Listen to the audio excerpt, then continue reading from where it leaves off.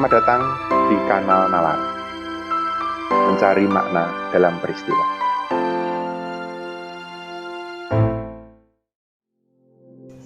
Saudara-saudara, pernahkah di suatu hari yang cerah Anda mengenakan kacamata hitam? Apa yang nampak? Bagaimana dunia terlihat oleh Anda? Semuanya mungkin tampak teduh, abu-abu atau kelabu, walaupun sebenarnya matahari bersinar dengan teriknya membakar kulit. Itulah kekuatan kacamata hitam. Dan sekali orang merasa nyaman dengan itu, ia enggan menanggalkannya. Cara kita memandang realitas hidup pun kerap seperti itu. Kita merasa nyaman jika seluruh persoalan sosial ini bisa dijelaskan dengan gamblang. Mengapa ada kemiskinan? Mengapa ada pengangguran? Mengapa alam ini rusak? Mengapa kualitas hidup kita ini rendah? Mengapa usia harapan hidup kita juga tidak panjang? Mengapa ada diskriminasi etis dan agama? Dan entah apa lagi. Pendeknya, seluruh persoalan ketidakadilan sosial ini kita mau dengan mudah menjelaskan semua soal-soal tadi. Caranya bagaimana? Dengan menuding dan mencari pihak yang paling bertanggung jawab atas semuanya itu. Siapa? Negara dan pemerintah. Ya kan? Padahal itulah sebentuk kenyamanan itu. Seperti tadi, kita pakai kacamata hitam tadi yang tidak mau kita lepas. Maka, seperti mengenakan kacamata hitam yang membuat sebatang pohon hijau nampak abu-abu. Kalau kacamata tadi kita lepas sejenak saja, kita akan segera melihat bahwa cara pandang itu tidak lengkap. Bukan salah, tapi tidak lengkap. Selama ini, kita melihat bahwa negara dan pemerintah adalah satu-satunya pemegang kekuasaan yang menentukan mati hidupnya atau sejahtera tidaknya banyak orang. Akibatnya, praktek kekuasaan negara menjadi satu-satunya alat penjelas atas berbagai gejala sosial yang tadi saya sebutkan, kemiskinan, ketimpangan, rusaknya lingkungan, dan lain-lain. Misalnya, kemiskinan adalah kegagalan negara mengelola sumber daya. Sebagaimana kita melihat pengangguran sebagai ketidakmampuan negara menjamin adanya lapangan kerja bagi rakyatnya. Atau hancurnya lingkungan semata-mata karena negara gagal menjalankan produk-produk hukumnya. Benarkah hanya negara yang berkuasa?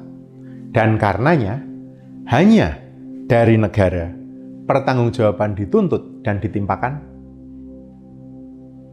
Dari beberapa penelitian sebelum krisis moneter 97-98 di Indonesia, didapatkan bahwa 20 perusahaan dengan aset 150-450 miliar rupiah, 80%-nya adalah perusahaan milik keluarga yang sedang berkuasa. Di samping itu, ada sekitar 400 perusahaan dengan aset 25-100 miliar, di mana 80%-nya adalah milik dari 20 perusahaan tadi.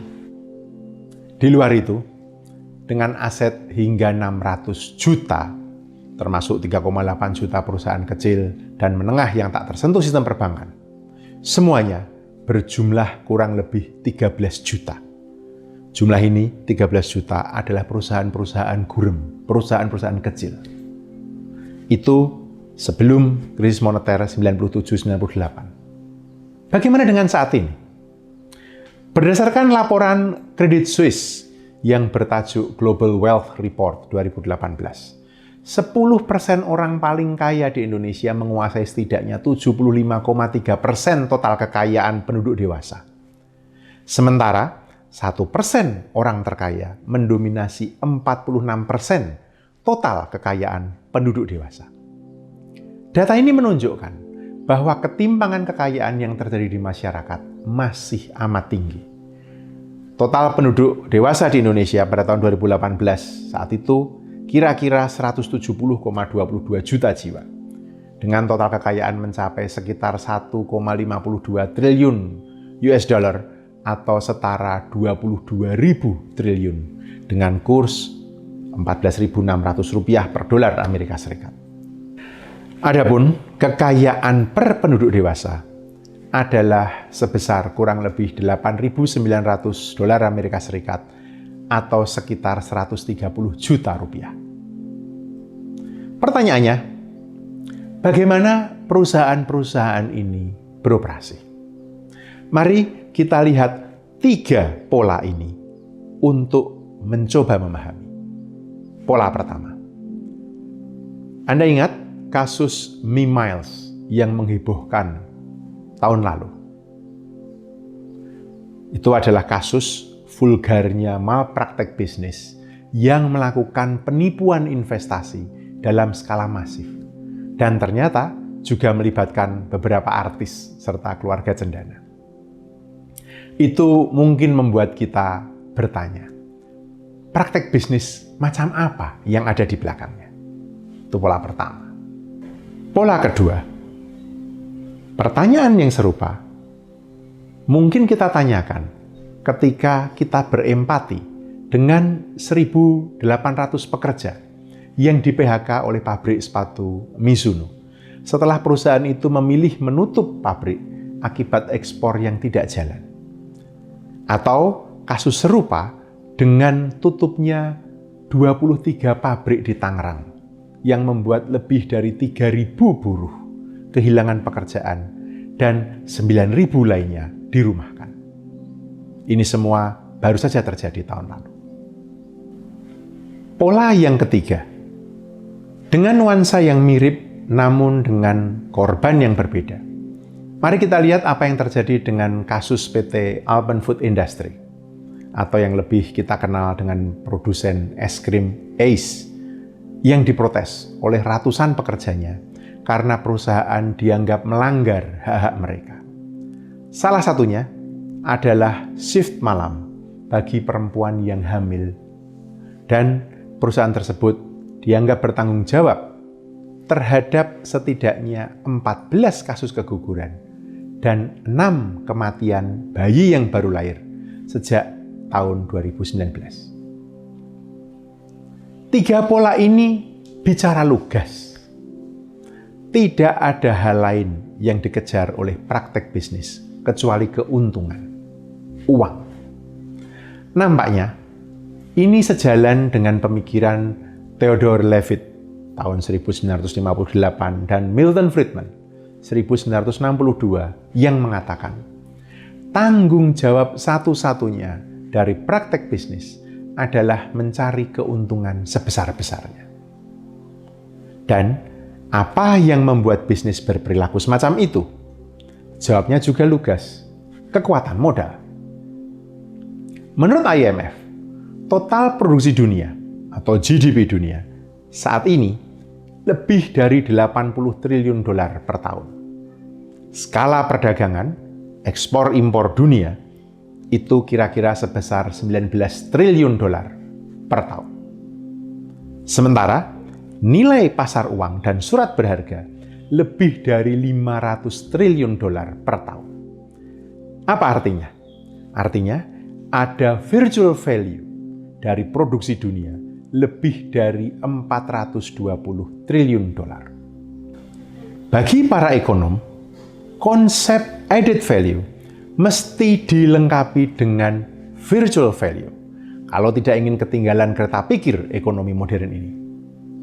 Namun bersama dengan itu, konsep dan gagasan tentang kekuasaan pun mesti diperbarui.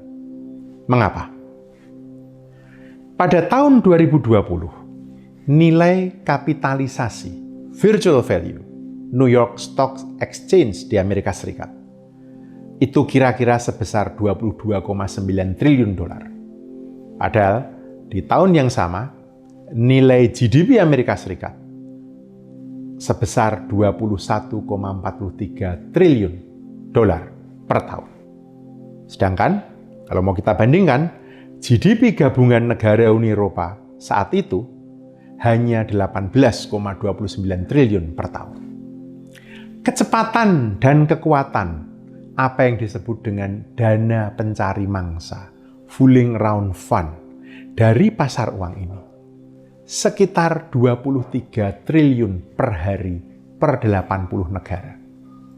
Bahkan Amerika Serikat sendiri pun bukanlah apa-apa di depan kekuatan modal ini. Fakta di atas menunjukkan bahwa negara di mata kekuasaan modal sudah dilucuti. Maka nampaknya pembicaraan mengenai kekuasaan tidak boleh hanya terhenti pada negara. Saya ulangi, pembicaraan mengenai kekuasaan yang selama ini kita lakukan tidak boleh hanya berhenti pada kekuasaan negara. Kisah di atas tadi menunjukkan bahwa negara dalam rupa pemerintah bukan lagi yang paling berkuasa. Negara bukan lagi yang paling dikdaya. Siapa yang paling dikdaya?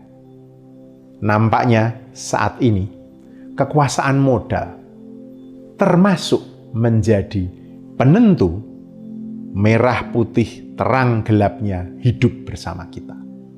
Hal ini membawa konsekuensi mendasar dalam cara pandang kita mengenai demokrasi. Pembicaraan mengenai demokrasi tidak bisa lagi dilakukan dengan pengandaian bahwa negara dalam rupa pemerintah adalah satu-satunya pemegang kekuasaan dalam masyarakat. Saya ulangi, pembicaraan mengenai demokrasi tidak bisa lagi dilakukan dengan pengandaian bahwa negara dalam rupa pemerintah adalah satu-satunya pemegang kekuasaan dalam masyarakat. Tidak. Demokrasi juga sekarang mesti menyentuh kinerja kekuasaan modal. Dan ini terwujud sangat jelas dalam berbagai praktek bisnis yang dalam cara pandang baru ini semestinya juga menjadi target demokrasi. Maka, kacamata lama yang membuat kita melihat negara seolah-olah paling berkuasa dan berpengaruh perlu dilepas dan diganti dengan yang baru, yaitu bahwa modal tidak kalah berkuasanya. Bahkan, ia seringkali jauh lebih berkuasa daripada negara. Terima kasih sudah menyaksikan video ini. Semoga kita bisa menemukan makna dan pemahaman yang lebih dalam bersama nalar.